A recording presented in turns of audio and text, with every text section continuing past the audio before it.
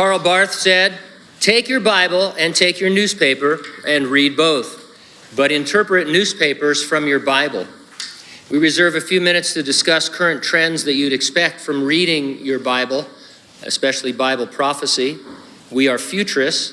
We interpret all unfulfilled prophetic passages as future events in a literal, physical, apocalyptic, and global context.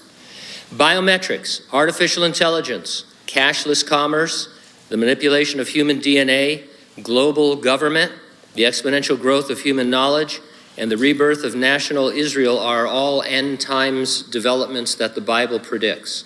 And all of these are increasingly trending in the news. The global pandemic COVID-19 and its variants are not one of the end times plagues. The pandemic does, however, perhaps have prophetic significance.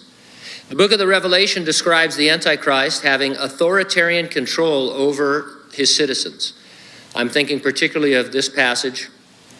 He causes all, both small and great, rich and poor, free and slave, to receive a mark on their right hand or on their foreheads. No one may buy or sell except one who has the mark. In the future Great Tribulation, technology will access the global grid and determine a person's level of participation in society.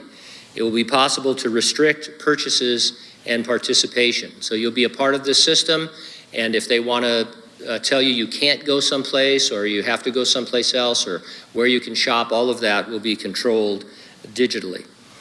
And the technology is ready for this digital dictatorship.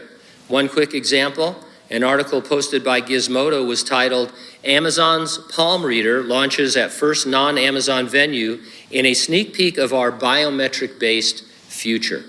And so they're talking about these scanners where you just hover your palm over it, and you can purchase, your stuff at Whole Foods, or buy tickets, or really do anything that it's set up to do. Whether it's a palm scanner or another biometric device, we are rapidly approaching a world in which our purchases and participation in society are going to be not only tracked but controlled. In the news, you hear about the unvaccinated and the anti-vaxxers. Our leaders are blaming them for the continuation of the pandemic. It is being called a pandemic of the unvaccinated. Governments are forcing compliance to mandates to be vaccinated or tested. You must show proof or suffer severe consequences. And you've seen all these stories all over the world. Australia's gone crazy right now in terms of what they're doing and not doing. Many of you have talked to us. You're in danger perhaps of making a decision you don't want to make because your job is on the line. An article titled, "Biden Administration Outlines Process for Disciplining Removing Unvaccinated Feds," reported that, quote, "Refusal to comply with the president's vaccine mandate will be treated as violating a lawful order." The article explains the enforcement process.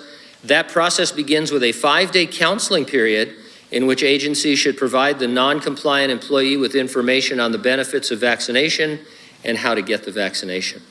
In dystopian movies, that is called re-education, where they take you out of society and they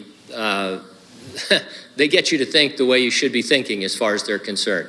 It's a dystopian concept, not unusual in communist countries.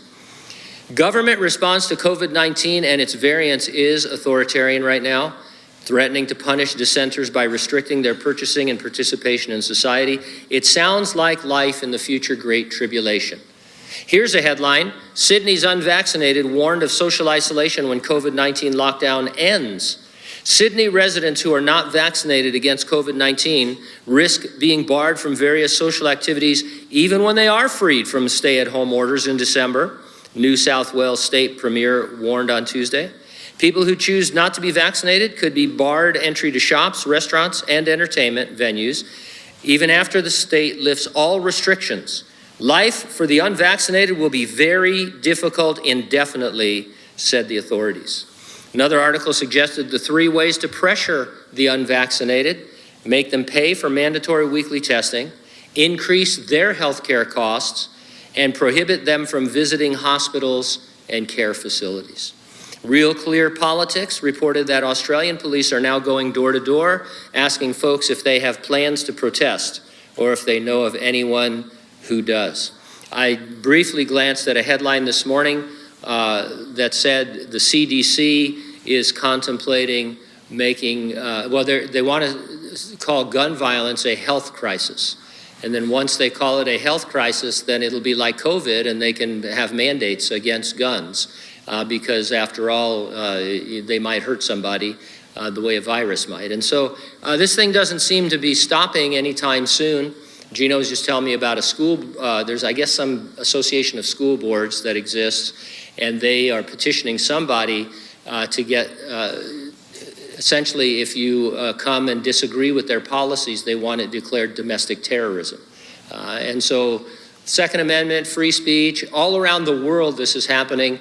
If you had said even, 2 years ago, 18 months ago, something like this would be going on, and we've been telling you that they're going to add more stuff to this, like guns and climate and all of that stuff. Now, all of that could stop overnight. We could, people could win their lawsuits and we could get back to normal. I'm not saying that we're in the tribulation or that this is the precursor to it, but this is what you would expect to be happening in a world that's going to turn into the world of the Great Tribulation, where a man will control everyone's movements and purchases, and he'll do more than fire them.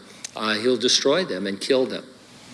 I'm sure there are multiple opinions among us regarding vaccines and the mandates. We're not talking about that. We're not giving opinions. We're not getting political. You can have your own opinion and your own politics. We're saying how this fits into Bible prophecy, how reading your newspaper needs to be interpreted by your Bible. Digital dictatorship that controls citizens to comply or suffer loss of fundamental rights is what we expect from reading the Bible. Now, we, of course, believe the resurrection and the rapture of the church are imminent events. It means they could happen at any moment. It's not just soon, it could happen right now.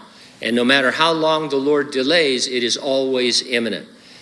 Are you ready for the rapture? If not, get ready and stay ready and keep looking up, because ready or not, Jesus is coming.